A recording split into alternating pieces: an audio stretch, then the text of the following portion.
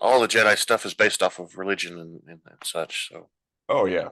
you've probably guessed that already. But Oh yeah. all right, so I am going to click the intro, which means we're going to start, and then we'll get into it. Sounds good. Welcome to the Rebel Alliance Briefing Room podcast. We are here to podcast about anything and everything Star Wars with you. Please visit our website where you can play current and past episodes. That's https://rabr kylejohansson.us. That's RABR dot KAILEJOHANSEN dot US. On the left-hand side is a navigation menu. You can use this to learn how to load the Rebel Alliance Briefing Room podcast on your Android or Apple phone and tablet. And we have direct links to our podcast on Apple and Google Podcasts. Please participate by connecting to our social media, answering questions of the week, or submitting feedback directly from the site.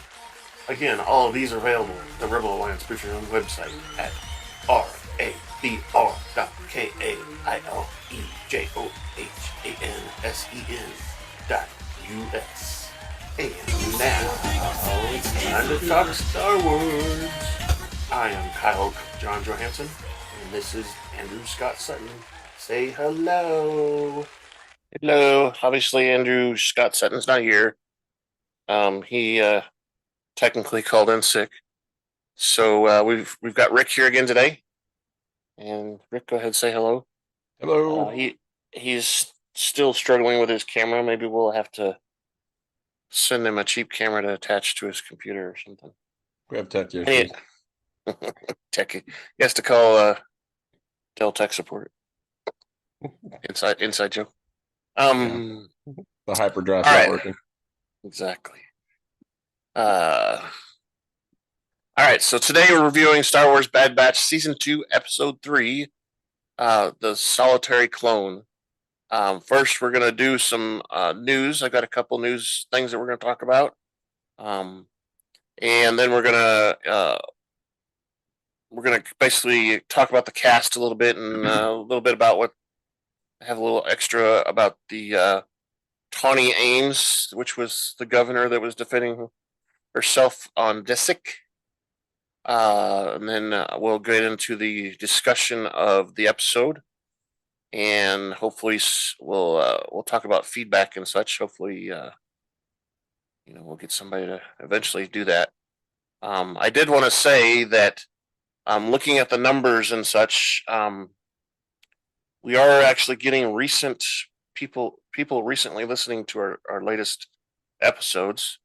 There was at least one on the Indian site. I don't want to say it wrong, so let me pull it up. If I can get it up. Oh, that's bad too. Yeah, it's called Giles7.com. Like I've said before, that's kind of like our Spotify basically, but apparently it's got a lot more people that use it. We have technically with them we have 15 different people have streamed, which is not a lot, but at least 2 or 3 of those are repeated streamers constantly. We have yeah, so we have at one point in December we had 4 people that were listening all the time repeatedly. Of course, it goes up and down, but anyway, beyond that, let's get into the news here.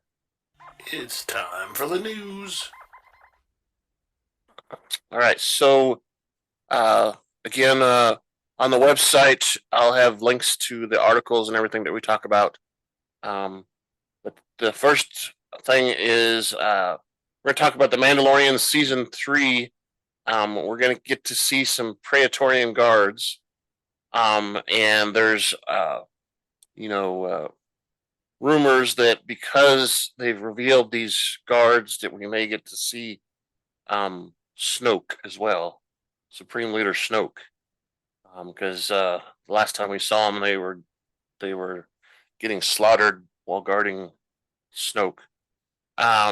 Let's see. Here it says lots of reshoots. Last Jedi was when we saw them. The Mandalorian will potentially in the Mandalorian they will potentially joining Moff Gideon in a battle when he dons his first red and black armor, with a horned Mandalorian helmet. So he's gonna. The rumor is he wants that dark saber so he can become the ruler of Mandalore, and from what that says there, he's going to try to dress the role too. His main goal apparently now is to rule Mandalore. But there's also, because of the guards, maybe Snoke gave those guards to Gideon, Moff Gideon. You remember who that is, right? That's the Giancarlo Esposito guy. Rick? Yep, for sure. Yeah. On Breaking Bad originally. Yeah. Well, not originally, but that was kind of like his last, maybe. Yeah, he's all over the place. He was in The Walking Dead too. Oh yeah, that's right. They spun him off into his own show. I think it's still going on, but they're in hiatus. Yeah, he's. So it sounds like he's trying to do something for himself, but for the benefit of Snoke or the Empire, then, because Mandalore's got the resources that they need. Right. Well, there's some history there. So, there's a war called the Great Mandalorian War, and this happened before. I believe it's before the first prequel, but it was a war that was between the Mandalorians and the actual Jedi, not the Sith or anything, but the Jedi. So there was something that was going on that they weren't following, and the Jedi came in to settle things, and it became a standoff and a war, and in the end, they ended up bombing Mandalore to smithereens. Mm-hmm. So pretty much nothing habitable left is what they ended up doing to it. And because of that, most of the survivors ended up living somewhere off-world. There is another planet near Mandalore that several different factions of Mandalorians lived on, and specifically the faction that our Mandalorian is associated with was started on one of the moons, I believe, of Mandalore, because they were the radicals. They believe not to take the helmet off and all that stuff, right? Yep.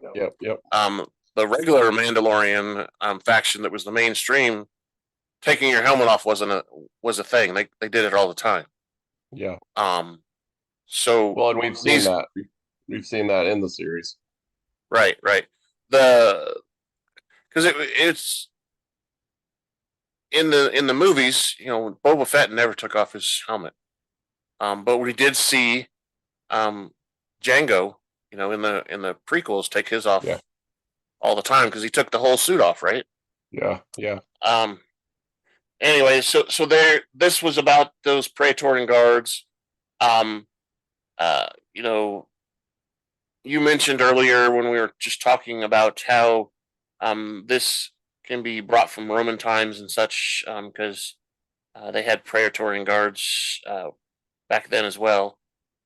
So Luke is kind of drawing from that.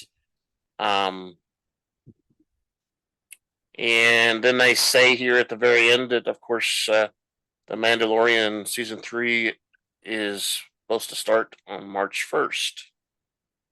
Woohoo! So yeah, that'll be exciting. So, and that'll be a challenge too, in a way. It won't be much different than what we did last week, where we did 2 episode kind of podcasts at the same time. But the Mandalorian is usually longer. It's usually like 45 to almost an hour or more an episode.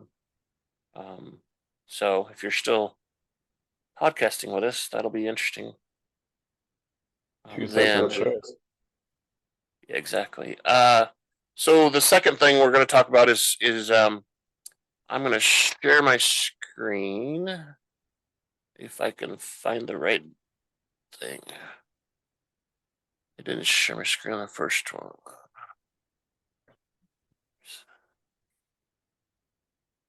Can't even find it. Screen 3. It says it's screen 2. All right, can you see the Yep, code thing? Okay. can. We're gonna talk about this briefly. So there's this is basically an infographic thing that explains the different factions. I say of Jedi. I consider Sith just a different faction of the Jedi.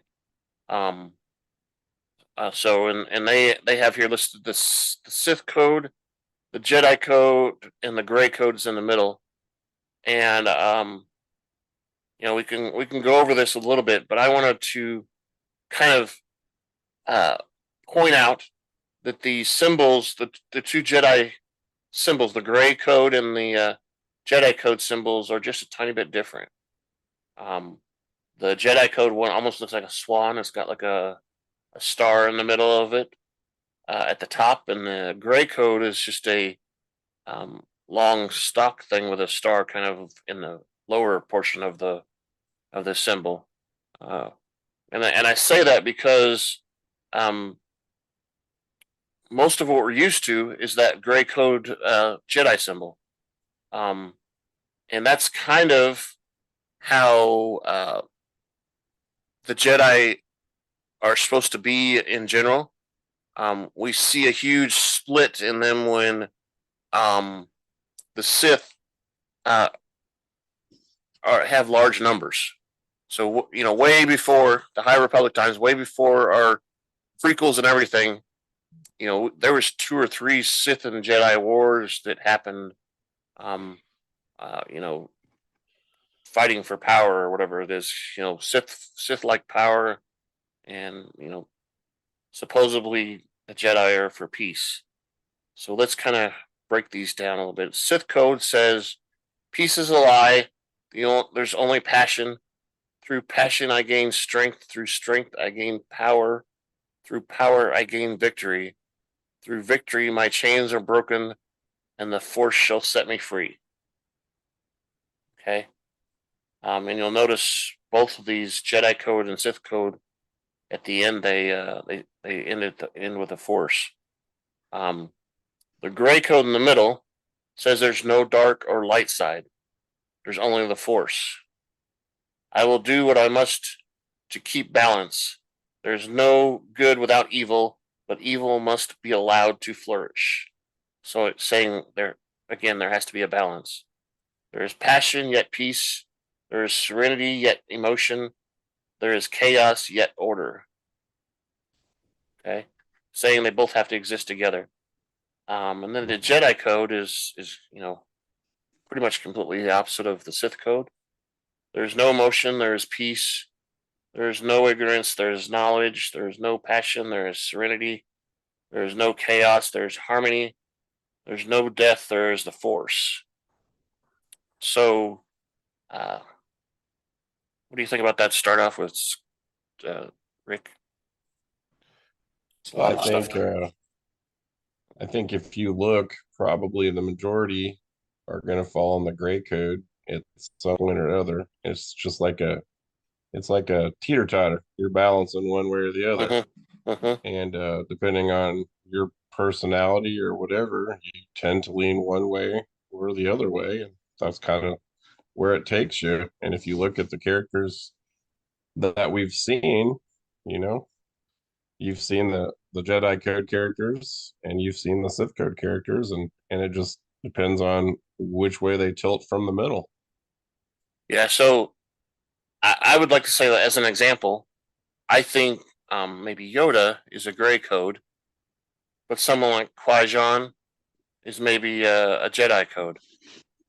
Yeah, Um, and those are hard to unless you've read a lot about them. Those are hard to kind of you know get a lot of information about. But um, so in Legends, we know that Return of the Jedi, you know, basically Luke supposedly brings the balance back to the Force yeah, because his father was sent back to the light side. So in a Jedi's mind, um, a balance means there's no Sith basically or evil that's trying to come in.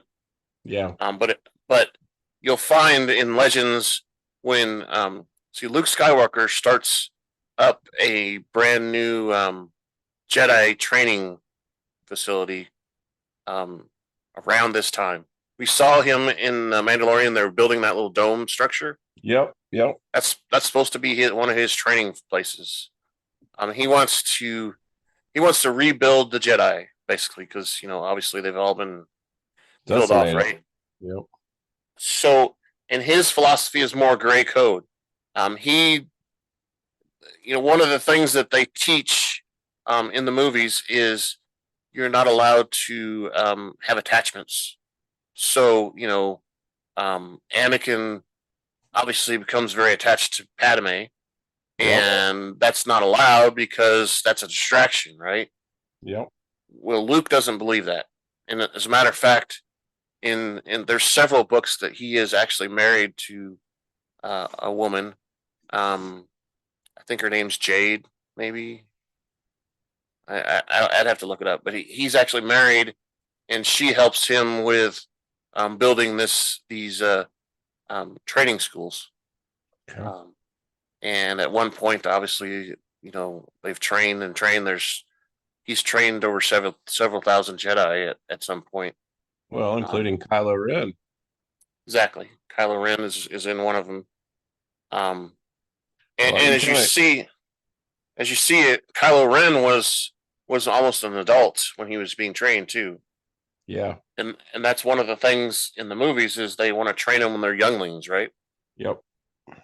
Um, Well, and that's another thing that Luke doesn't believe because he was trained when he was older, right? So he's like, why do they need to be younglings? yeah. Well, you go back to Anakin, you can kind of see the progression from where, he kind of maybe began a little bit more to the Jedi code, probably was predominantly gray code, but leaned or was being pushed to the Jedi code, but ultimately falls onto the Sith.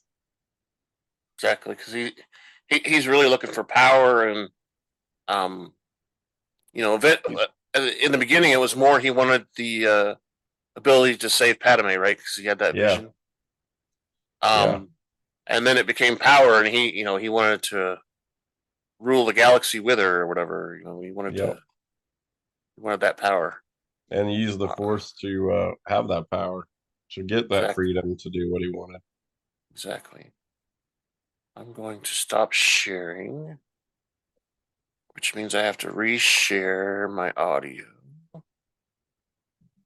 Just saying it out loud so you guys know what I'm doing. All right. It's So that's the news per se. It's some interesting conversations there, and I think if you think about the Sith code, Gray code, Jedi code, and kind of think about our characters and stuff, it helps you understand some things too. Um, so let's click this one. The news. Go ahead. I was just gonna say it shows the humanity, I guess, if you want to per se think of that as, how most of us are. We're, you know, generally more towards the middle, but we tend to go one way or the other, and depending Mhm. on the situation or scenario. Exactly. Exactly. Um, yeah, and they always get I think the Jedi always get a bad rap because they get a rap of being like wizards and so on, which I mean technically they could be considered that, but they're Yeah. really not, right? There's more to it than that, right? They have a special skill set that the normal average Joe doesn't have. Right, That's been right, finely tuned. and um, yeah, from As Liam childhood. So they as go ahead. Liam would say, he has a special skill set. Exactly, exactly. All right, so let's get going here. Um, I'm gonna click this spoiler alert thing, and you haven't heard the whole thing yet, but it's a little longer than you're used to. So hold on for it.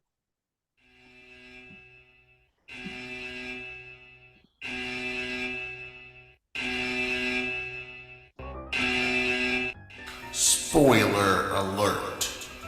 Danger. You are about to be spoiled. This is your spoiler alert. We're about to talk candidly and explicitly about some TV shows or movies. If you have not watched them, please fast forward to the appropriate section.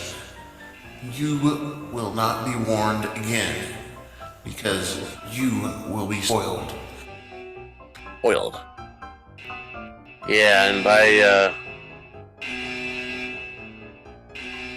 the appropriate section, we mean the end because we spoil throughout the entire thing here. So going forward with spoilers, we're talking again about the Bad Batch season 2, episode 3, Solitary Clone. Originally aired January 11th, and had a running time of 30 minutes. In the cast this time, we had we didn't have our regular Bad Batch characters. But we did have some clone troopers that were commanded by Commander Cody, and that same person, D. Bradley Baker, was the voice of all the clone troopers and Commander Cody. We had battle droids, which, as always, are voiced by Matthew Wood. And then we had Admiral Rampart was in there, and we had some regular stormtroopers that weren't clones, and those were all voiced by Noshir Dalala. I don't know how to say that last name, but same guy that did Rampart last time. Governor Grotton was Max Middleton. There was a PA voice in the background a couple times. That was and the tactical droid were both Shelby Young, and then Tawni Ames, which was the governor that was trying to defend her world, is Tasha Venza. And I have a little bit here about Tasha, where in this episode, she her homeworld is Disick, and she's sided with the Confederate independent systems in the galaxy. Um, uh, she worked with the Separatist Senate and her colleagues, Senator Bonateri of Onderon, to put forth the Confederate Republic Peace Initiative, a treaty suggested in the beginning of peace negotiations between the Galactic Republic and the Separatist movement. Um, Ames supported a number of factors, namely, she didn't like the bombing of the capital, Coruscant. Um, she was her colleague Bonatario eventually was assassinated, which resulted in the treaty being disavowed. So she worked hard with this Bonatari guy to come up with a peace treaty for some of the planets that were in the separatist movement didn't want to be part of the Galactic Empire. And this was seen. Some of this was played out during the Clone Wars animated show. Um, she actually, public never intended the war to actually end, and she worked a little bit directly with Count Dooku as well. Tawni Ames personally took Governor Grotton and his stormtroopers hostage upon their arrival. Um, Following the proclamation of her planet being free, Ames led her planet into independence, serving as the governor in the months following the rise of the Empire. When they first sent Grotton to Disick City, Ames refused to surrender the planet to the Empire. Claimed that the planet was separated, and therefore the Empire had no claim.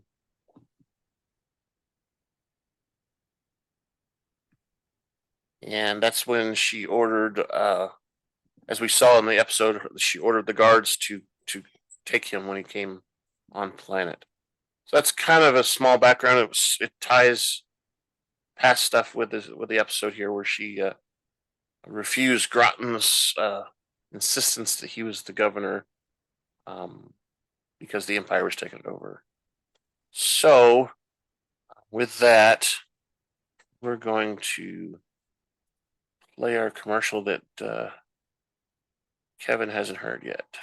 We are proud to welcome our latest sponsor, Juan's Cantina, where every first week of the month on the standard galactic calendar we celebrate what the ancients call Cinco de Mayo. Come join us at Juan's for the food, mariachi music, and 34 flavors of margaritas. That's Juan's Cantina right next to the Hangar 94 of Mos Eisley Spaceport. On day 2 of the week is Taco Tuesday. All tacos are half a credit each, and enjoyed with our house margaritas. Juan's Cantina also serves the galactically famous Dos Camarones Azul Cerveza, imported directly from Kessel. Thank you again for our latest sponsor, Juan's Cantina. There we go. Juan's Cantina. See, I always wondered, you never see any, ethnic type of food really in Star Wars. They show all kinds of different food, but it's just not. There's no ethnic. Yeah. Maybe they don't think that way anymore. I don't know. It's all liquid food. That way, it's easily digested. It doesn't matter who you are. Yeah, I mean, we see some noodles sometimes, and what isn't that what Grogu was eating at one time? He had some noodles or something like Yeah, I that. think so. Yeah. So Well, we he ate see the some of that frogs. sometimes. Yeah, you eat the He ate frogs. the frogs.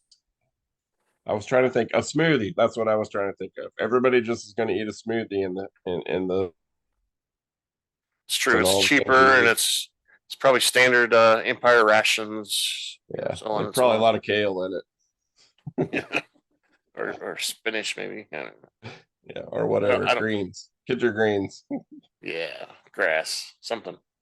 Well, I mean, because they tear apart some of those planets just mining them, they got to use some of that stuff. Yeah. All right, so it's time to grab your favorite beverage from Juan's, pull up a chair, and join us in the Rebel Alliance briefing room as we talk about the episode here. So, in the beginning, Separatist world of Distic, civilians go about their way harvesting crops outside the city. A mother and son share drinks as sirens begin to ring, and the Imperial new class attack transport shuttle lands on the landing platform. Civilians scurry as Governor Grotton and his contingent stormtroopers disembark and approach a masked woman who identifies herself as Tawni Ames. The governor of District. He introduces himself as the governor of District. Ames and asks Grotton to state his business, and Grotton replies that he is there to relieve her of her position by order of the Galactic Empire. Ames refuses to recognize the Imperial authority and orders Grotton to depart. Grotton rejects her request, and Ames orders her B-1 battle droids to surround Grotton and his troops. Yeah, and that's the big opening scene there. Meanwhile, we go back to the Empire, and we see what we call CT-9904, which is Crosshair, awake in his quarters, and he joins several troopers for breakfast. Crosshair overhears two clone troopers talking about the defense recruitment bill, which they hope doesn't pass. Crosshair joins the two clones, who move away almost immediately. Before Crosshair can settle into his meal, he is ordered to report to Vice Admiral and Rampart's office immediately. I kind of wanted to talk about that a little bit there, Rick. Did it look to you like right there, the first part where we saw Crosshair, he was kind of maybe depressed a little bit? Yeah, yeah. Just kind of like, well, and we find out, I guess, a little bit in that same scene because he asked how long it had been since he'd been rescued, and then they ask him how long he'd been there without being rescued, and I can't remember what the number was, like 32 cycles or something like that. I think he said Yeah. It's 38, 32. It's 32. 32. Yeah, So it's definitely coming up. are you thinking months? You thinking, is that weeks? What are you thinking here? Um. Well, so Days? I mentioned in the Juan's Cantina, galactic calendar and all that stuff. So the galactic calendar is similar to our calendar, except all the months are 30 days. Okay. And I think there's 10 months instead of 12. And the standard time is supposed to be similar to ours. It's not, I don't think it's a 24-hour day. I think it's like 21 or 20, 21 and a half or something like that hour day. Yeah. I don't remember exactly, but it's really close to what we're used to. And that's the time that the entire galaxy uses, whether they're the Empire or whatever, right? Yeah. So when it says 32 rotations, he means 32 rotations of the planet around the sun.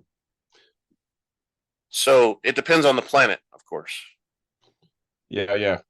I kind of envision that to be like 32 days, maybe 32 weeks. I can't imagine he survived longer than that on his own, But, we don't really have much context from all of the other activities, from the previous episodes, how long the rest of the batch has been running around from place to place. Yeah. So, I mean, like you said, at least a couple months, maybe longer.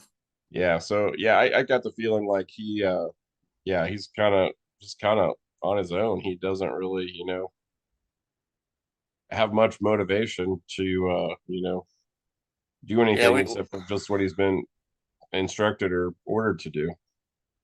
right. And we find out here in just a moment, when he goes into Rampart's office, that he hasn't, like you said, he hasn't done anything.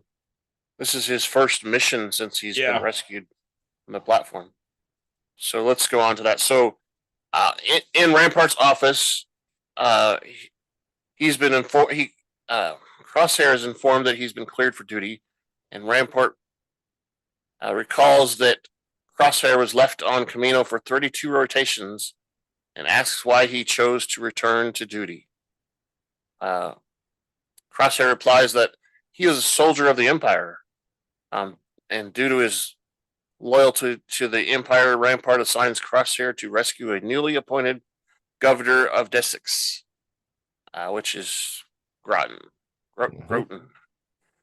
who is taken hostage by the homeworld's insurgents, insisting that independence be recognized.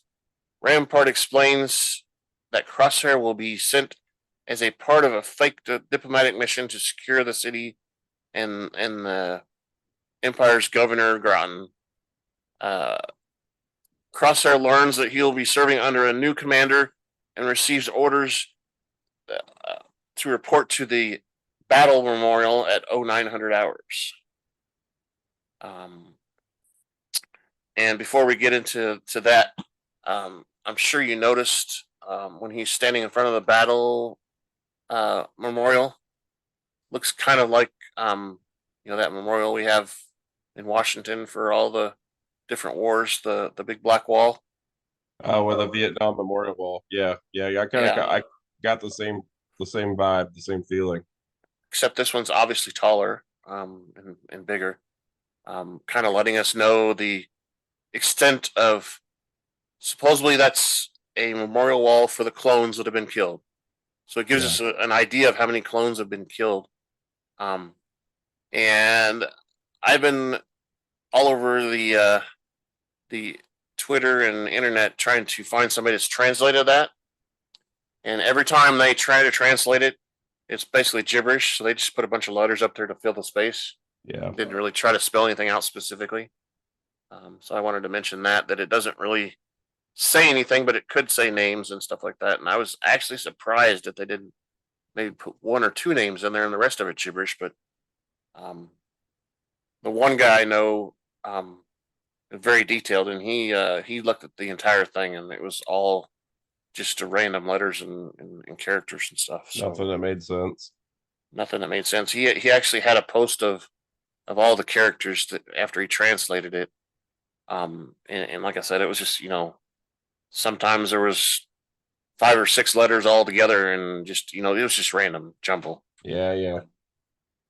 Not even There was a little foreshadowing comment that was made during that, but we can't really say anything until the end of the episode to pull that up. Did you catch that part yeah, between Commander Cody and Crosshair? exactly. And let's get in with that. So at the memorial, Crosshair is greeted by Commander Cody, who informs him that he specially requested Crosshair as part of the mission. Cody also raises the topic of desertion of Clone Force 99 following Order 66, describing them as genetically defective clones. When Crosshair points out that regulars have also been deserting, Cody talks about rumors that more clone troopers have been questioning Order 66, and Crosshair dismisses them as traitors like the Jedi. Cody is visibly uncomfortable, responds that good soldiers follow orders, and the two board the shuttle class. That's basically what you're referring to, right? Yeah, yeah, yep. That's the whole kind of foreshadowing right there. While they travel through hyperspace, Cody briefs Crosshair and other clone troopers that the group of Separatist insurgents have activated a battalion of battle droids and have seized the city. The capture of Governor Grotton has been confirmed, and the clone troopers ask where the battle droids can receive their shutdown orders. Crosshair suggests that they've been reprogrammed, and Cody explains that their plan is to use the cover of the diplomatic mission to ambush the Separatists and wipe out the droids, and then locate the governor for extraction.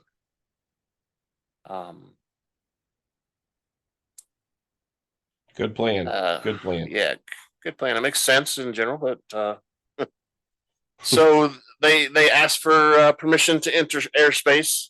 Imperial Shuttle 995 to enter airspace. The tactical droid grants them landing rights.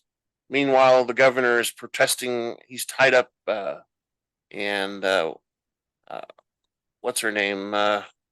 Tawni is right there, kind of talking to him, and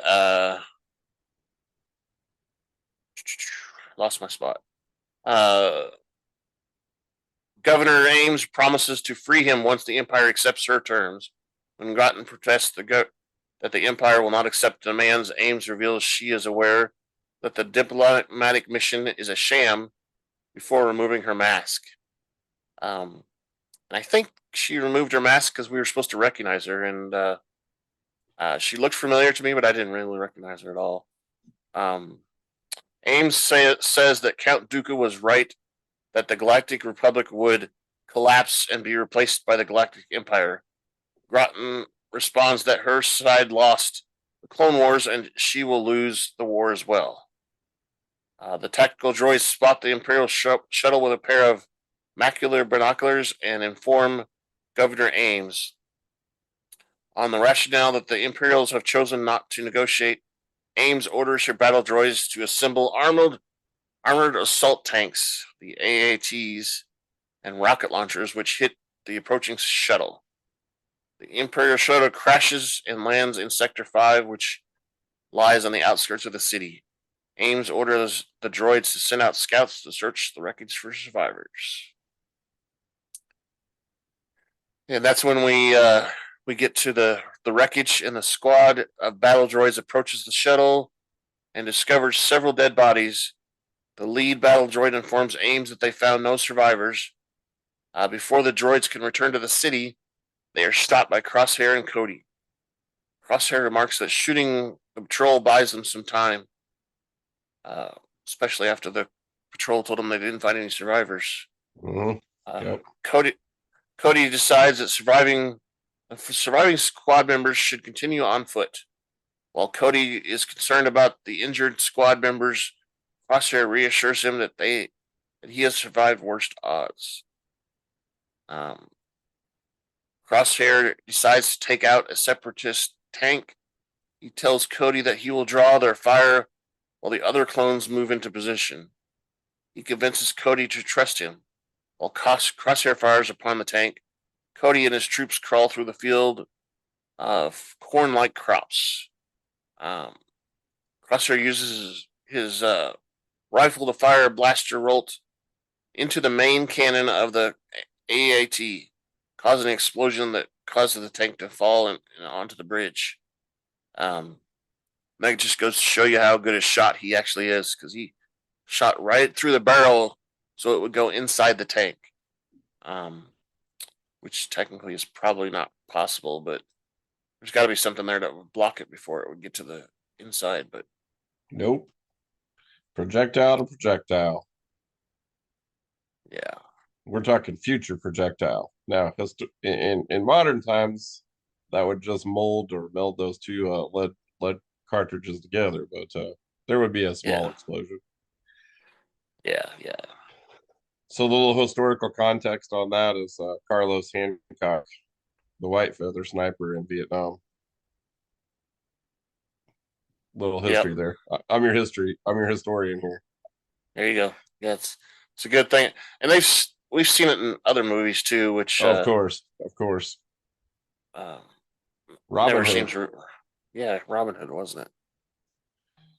Which one was that? That was a newer one, wasn't it? Yeah, with Jamie Foxx and what's that kid's name? Edgar? Something Edgar. He was the one that was on the Kingsman too. I can't think of his name. Yeah. I know who you're talking about though.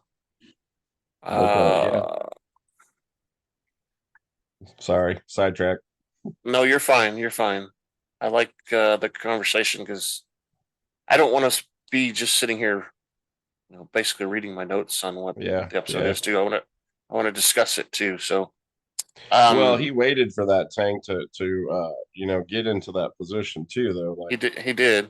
He knew what shot he needed to make, so he was anticipating it before he actually took the shot. Yeah. But you're right. I mean, it just reinforces his name, why he's called Crosshair. Yeah, and obviously and we don't know, as an enhanced clone, let's say, did they enhance the abilities through, genetics, or was he just trained that way? We don't know that for sure. We kind of assumed that each one of our Bad Batch was enhanced for the abilities that they have genetically, not necessarily, training. Probably a combination. They were enhanced, but then they've got the training to, fine tune or enhance the enhancement. Yeah. All right, so as Cody and his troops enter the ramp leading up into the castle, they come under fire with battle droids. Crosshair takes out 2 sniper droids, which allows Cody and his troops to use the grappling hooks to reach the top battlement of the castle. Cody compliments Crosshair for his marksmanship, and Crosshair Crosshair realizes that the tactical droids is that a tactical droid is directing the battle droids, since they are moving in a coordinated wave.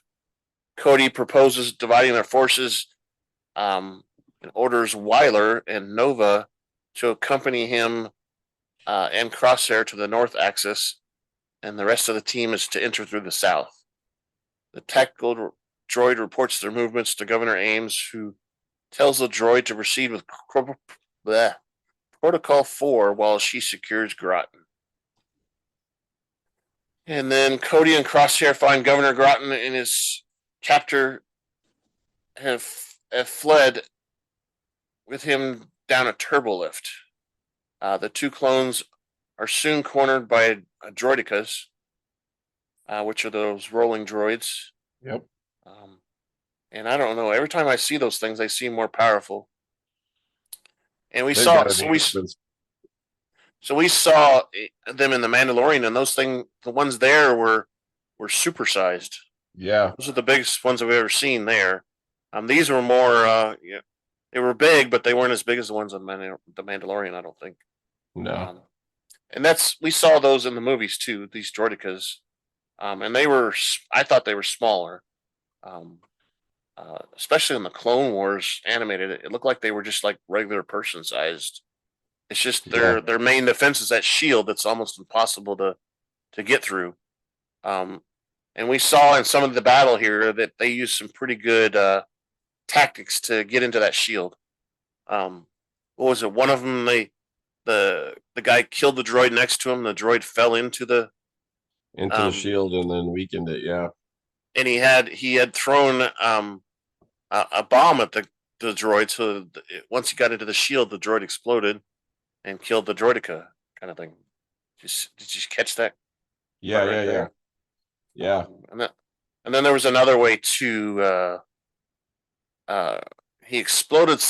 He threw a bomb because he noticed that when they roll, their shields aren't on. So he threw a bomb at one of them when it was rolling, and it exploded. Yep. Which was interesting too.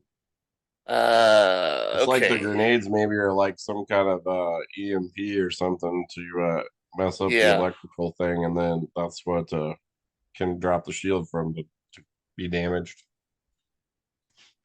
Yeah. But once the shield's down, it doesn't take much to put them out. So that's kind of their main defense. Exactly. And I just said that, but Cody takes the droidicas out with their grenades. They move upstairs and take out more droid defenders. One of the clone troopers is killed, and Crosshair spots the tactical droid in the bell tower, but is unable to get a clear sight. Cody uses a grenade to destroy droidicals and battle droids above the stairwell. And now we're getting to the part where they start going up the stairs, which I thought was fascinating. That he Crosshair had these little pucks, basically mirror pucks that he used to shoot. Crosshair and Cody and the surviving clone troopers reach the dark chamber where they find the governor. The clones are ambushed by BX series droid commandos, but destroy them with grenades. And Ames dispatches more commandos, droids to secure the tower. Clone troopers take out several reinforcements through a mixture of firearms and knives. And we see at one point Crosshair's begging for Cody to take out the droid that's basically strangling him, right?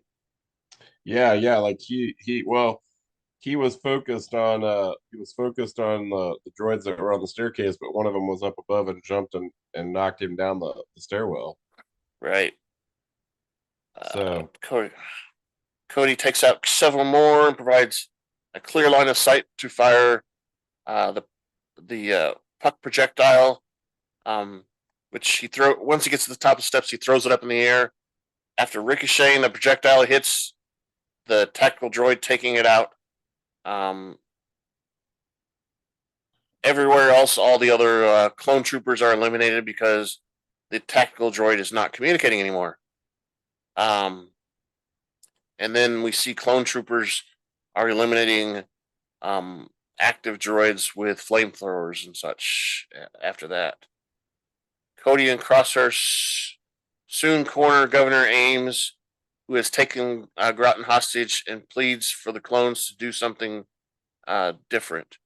Ames claims to be the rightful governor of Dissix and says that the planet separated from the Republic several years ago. She demands that the Empire recognize Dissix as an independent system in exchange for the return of Grotton and his troops. Cody replies that he is not here to debate politics with her, and Ames asks her to reconsider the injustice of his actions. Cody responds that her droid forces attacked 2 Imperial convoys, prompting Ames to respond that they were resisting hostile occupation. Cody counters that the Empire is not the enemy, claiming that it only seeks to establish peace and security throughout the galaxy. Ames says that once she believed in peace and supported Senator Mina Bertelli's diplomatic efforts to end the Clone Wars. When Supreme Chancellor Palpatine rejected it, she realized that peace was never an option. Cody takes off his helmet and lowers his blaster. He tells Ames that he is willing to negotiate peacefully in order to avoid another war.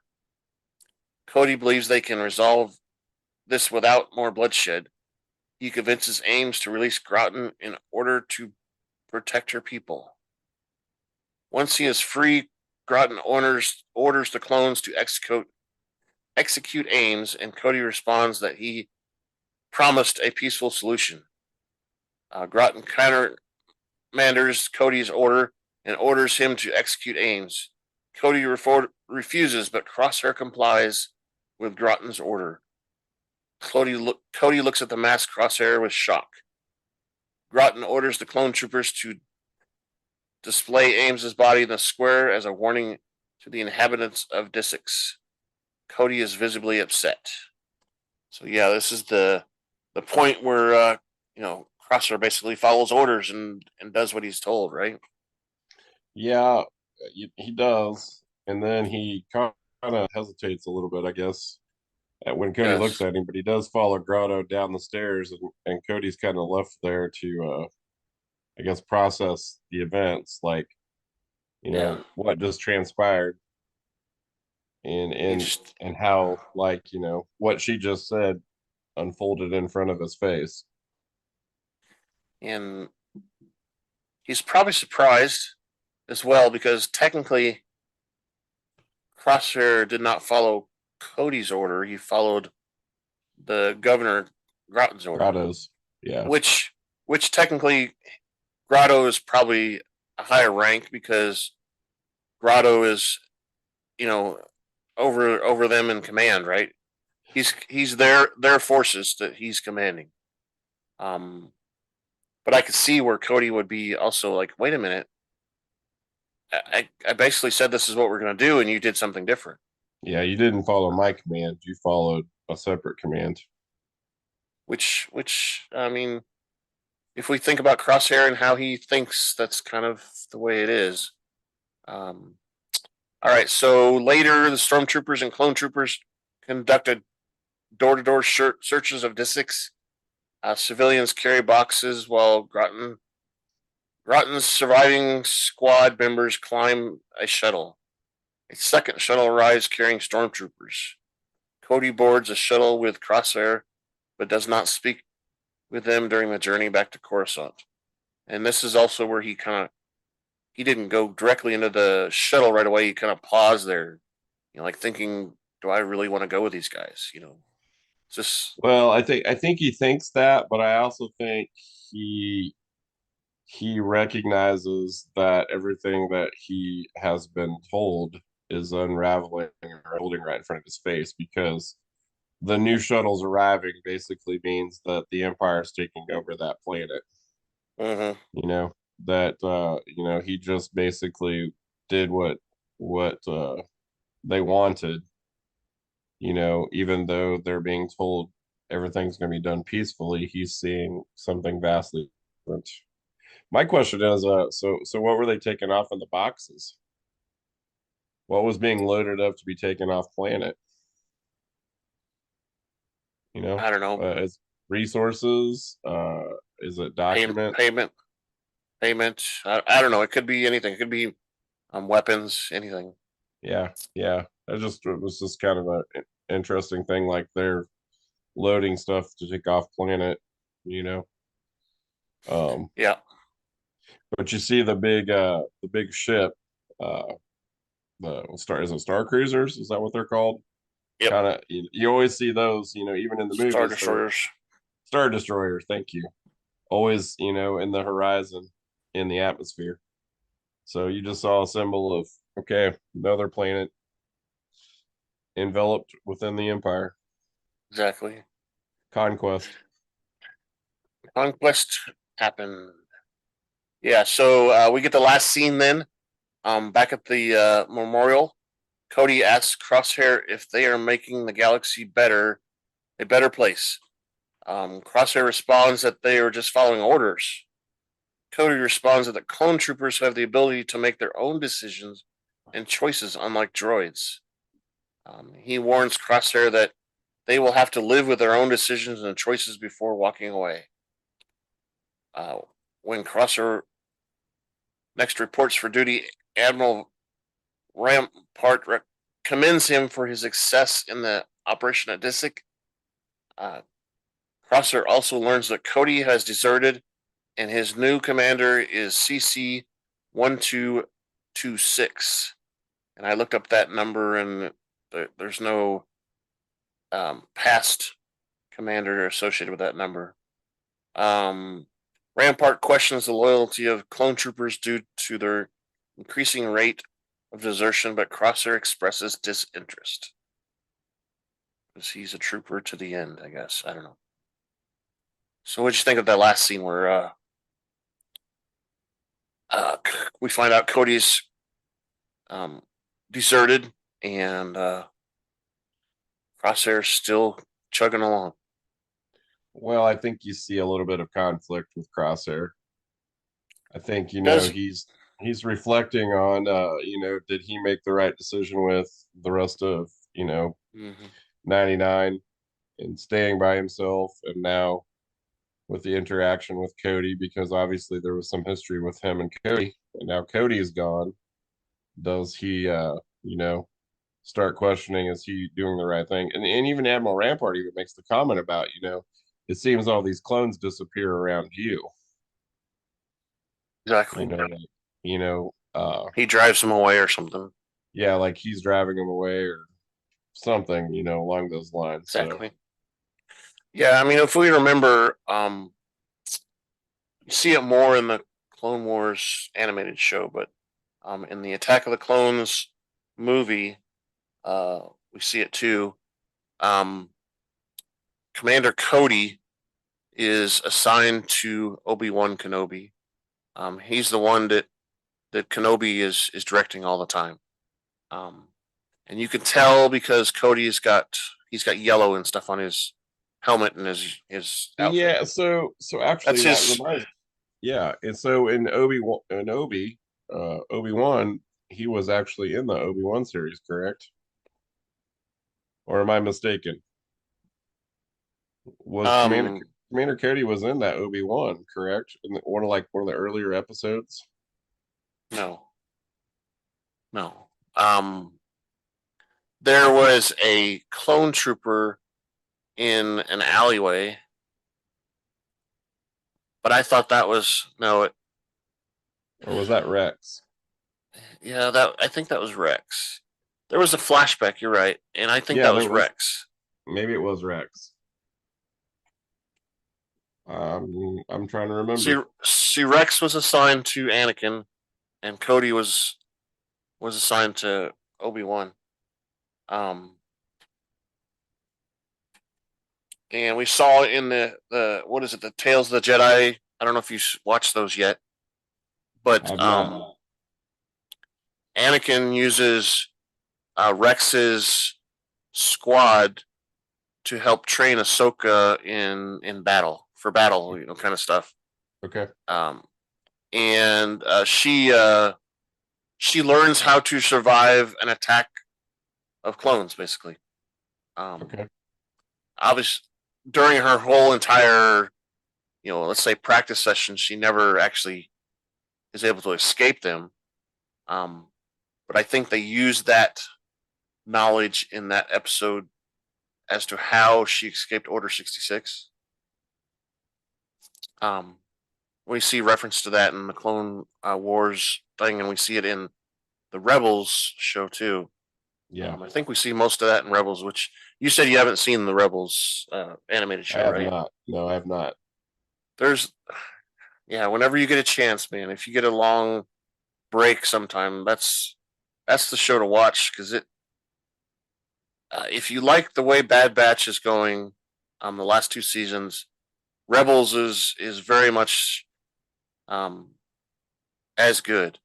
Okay. I think the Clone Wars animated show is pretty good too. But it was more, I felt until the end, it was more, they tried harder to make it appealing to kids too. Which I'm not saying the Rebels or the Bad Batch is not appealing to kids either. I'm just saying that there's a lot more adult content that if you're an adult, you notice that you might not notice as a child. Yeah. Kind of thing. A lot more nuances and everything going on. So let's continue on here. I have a question of the week that Scott sent in, and I don't have the thing, do I? It's just no. There's just feedback. So let's do this.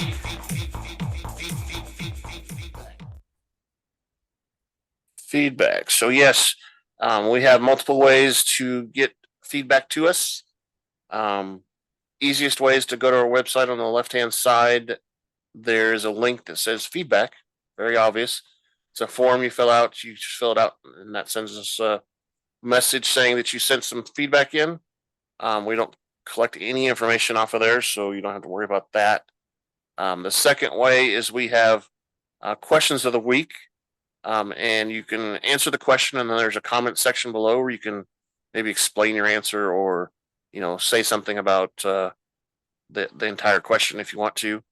And then the one of the third ways is our email address, feedback@kylesjohansson.us. And the last one is we do also publish videos of this podcast, so there's comments on YouTube that you can do as well. So the question of the week centers around Commander Cody. He says this one was provided by Scott before he called in sick. He said, "Will Commander Cody join the Bad Batch at some point?" And I kind of took the question as, "Will we see Cody again during this show?" I don't know if Cody would ever actually physically join the squad. In my opinion, he might do like Rex has been doing in this show, and finding jobs for them or something like that. Yeah. But I don't think he'll ever join. So I kind of took the question more as, will we see Commander Cody again? What do you think about that, Rick? I think there's a possibility we'll see him again. I think he has become disillusioned with the Empire, obviously, or else he wouldn't have gone AWOL. But yeah, obviously, I think he has decided to switch sides. Now, what his role is going to be, it's yet to be determined. Exactly, and we've seen in the Rebels that some of the clones that have escaped have gone off on their own and kind of built a life of their own. We actually saw this in it was last season in the Bad Batch, where they went to that one guy's house that Llewellyn or whatever his name was. Yeah, Had kids and a wife. So we've seen that kind of stuff a lot. And I don't know, maybe Cody goes off to some distant moon or whatever and is never seen again. Who knows? But um, I know that we don't hear of him at all in the sequel movies for sure. He could technically still be alive, but as we know, clones have accelerated growth rates, meaning they age faster than we do. Yeah. And I think I read somewhere that it's more like every year is like 10 of our years for them. So they Wow. age 10 years every year. And it's more accelerated when they're younger. So when they're younger, they grow faster and then they slow down as they get older, basically. Um, Well, we got to produce um, soldiers, and then when well, they're at the age where they can fight, then we want them to fight long. yeah, and they're obviously expendable from what we've seen. So, Yeah. um, that's a lot of the stuff that Anakin and Kenobi say is just let the troopers do what they're there for, is to fight and to stall until we can do what we need to do, kind of thing. Yeah. Maybe And if they'd improve their aim, they wouldn't need as many. yeah, yeah. Well, I mean, we find the clones. The clones are pretty good shots. Mostly, it's the stormtroopers that The aren't. troopers. Yeah. So you kind of have to remember right now, after Order 66, a lot of the clones are training troopers because the Empire wants to get away from clones and go to troopers because troopers are cheaper and Yep. they can find many more of them. A clone, it takes a 20-year investment before they're ready to go, right? A trooper, you can go and just grab some kids off of a planet and you can start training a trooper. Yep. Well, you They're plentiful. it's the back to the colonization part. You colonize a planet, take their men, whatever you want to call it, and then just incorporate them into the army.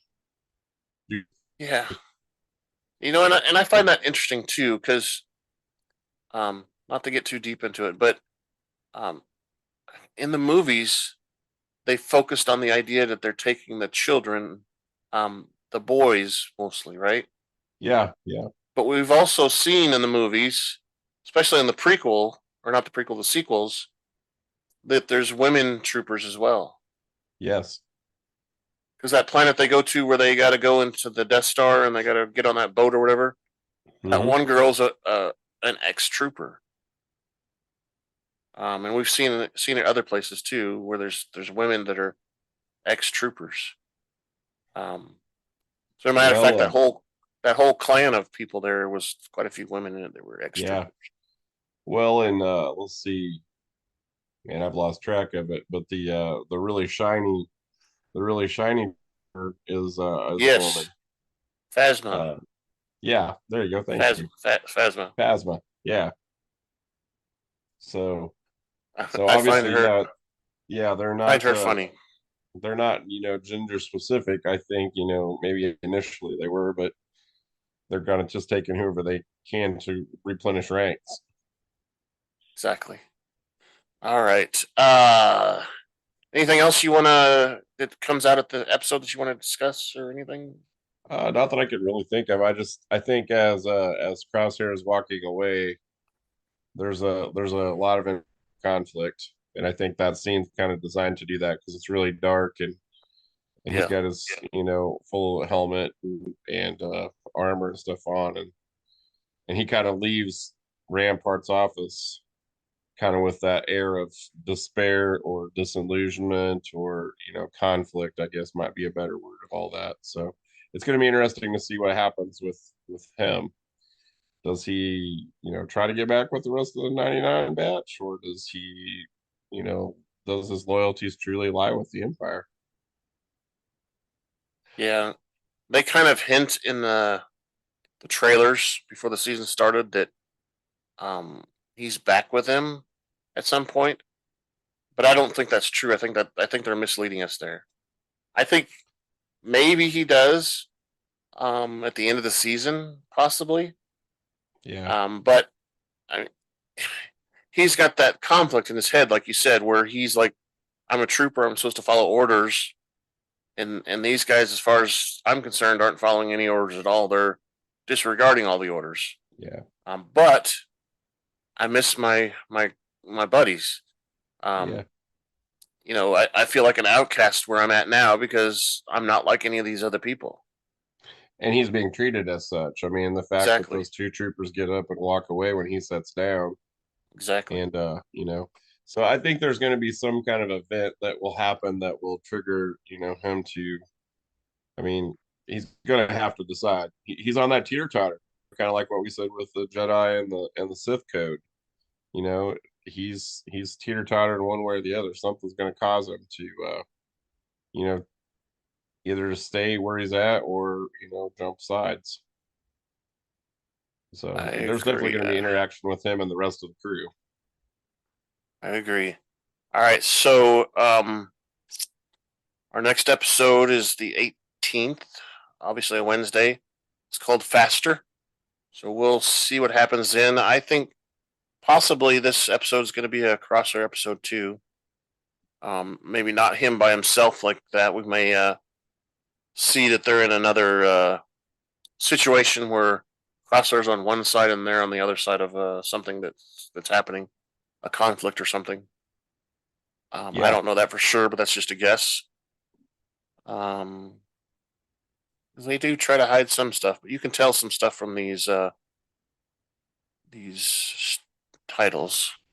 All right, so let me run the outro then, and we'll get out of here. Thank you for listening to the Rebel Alliance Briefing Room podcast. Please visit our website where you can play. Whoa, that's not supposed to happen. Technical difficulties. If That's we only my knew a fault. tech. Only knew one, yeah. So apparently, the application shuts down. Thank you for listening to the Rebel Here we go. Alliance Briefing Room podcast. Please visit our website where you can play current and past It's episodes. over there. That's One of those https://RABR KyleJohansson.us. That's it. That's the left side. RABR dot KyleJohansson.US. On the left-hand side is a navigation menu. You can use this to learn how to load the Rebel Alliance Briefing Room podcast on your Android or Apple phone and tablet. And we have direct links to our podcast on Apple and Google Podcasts. Please participate by connecting to our social media, answering questions of the week, or submitting feedback directly from the site. Again, all of these are available at the Rebel Alliance Briefing Room website at rabr.KyleJohansson.us. This podcast in no way is approved, sponsored, or owned by Lucasfilms Ltd., Disney, Disney Plus, or any of its subsidiaries. All opinions are solely owned by Kyle and or Scott, and in no way express the views or opinions of their past or present employers. Views and opinions are not supported or restricted by Lucasfilms Ltd., Disney, Disney Plus, or any of its subsidiaries. Any rebroadcast, reproduction, or other use of this podcast and its affiliate sites without consent of Super Duper Podcast Network and its host is prohibited. I am Kyle Johansson, and this is Andrew Scott Sutton. Say goodbye now. Goodbye. Andrew's not here, of course. He called in sick. We got Rick. Go ahead and say goodbye, Rick. Goodbye. Goodbye. We're done.